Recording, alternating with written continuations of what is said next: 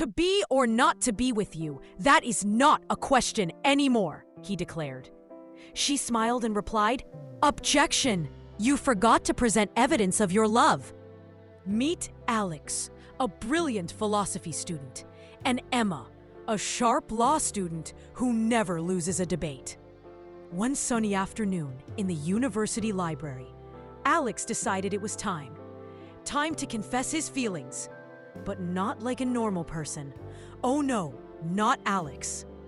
He approached Emma's table, took a deep breath, and began his philosophical love declaration. "Emma," he started, "according to Plato, love is the pursuit of the whole. You are my missing half. Without you, I'm just a half-formed idea in the cave." Emma looked up from her law books, trying not to laugh. This was going to be interesting.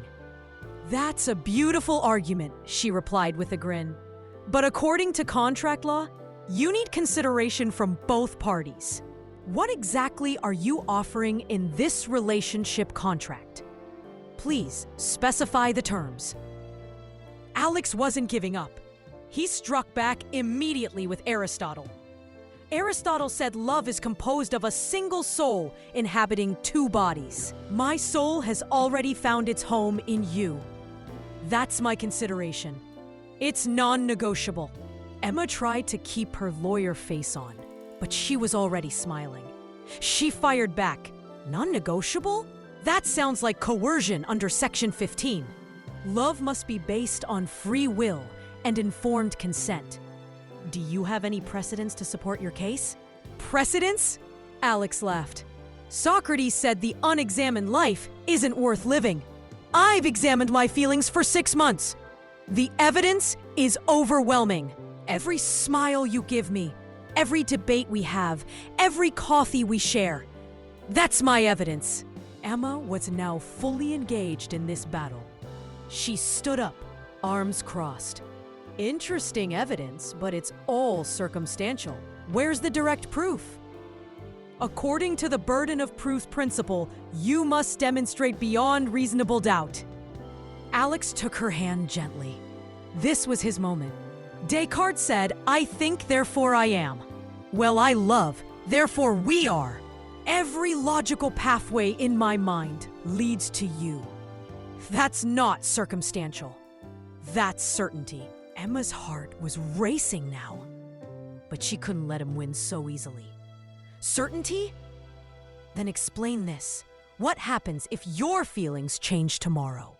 Where's the legal protection? Love needs stability, not just philosophical theories." "Ah!" Alex exclaimed. "Nietzsche said eternal return means living as if this moment repeats forever. I'd choose this moment, with you, for eternity. That's my commitment guarantee." Emma bit her lip, fighting a huge smile. This guy was impossible, but in the best way. "Fine," she said, stepping closer. "But under the doctrine of mutual assent, I must agree too. And for the record, I've been waiting for you to say this for 3 months." Alex's eyes went wide. "Wait, what? You mean I passed the trial? The jury finds in my favor?" Emma laughed, a beautiful, genuine laugh. "Yes, you idiot, but I have conditions.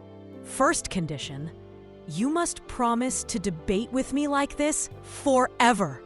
Second condition, you accept that sometimes the law wins over philosophy." "Deal accepted," Alex shouted, maybe a bit too loud for a library, but Kant said we should act according to universal law. So let me add my condition. My condition is simple. You must accept that love itself is the highest law. It overrides everything. Emma pretended to think about it. I need to review the fine print. Then she grabbed his face and kissed him. Motion approved. Case closed. The other students in the library started clapping. Someone yelled, "Best love story ever!" Another student shouted, "I wish I studied philosophy and law." Alex and Emma just laughed, still holding hands, both winners in this beautiful debate.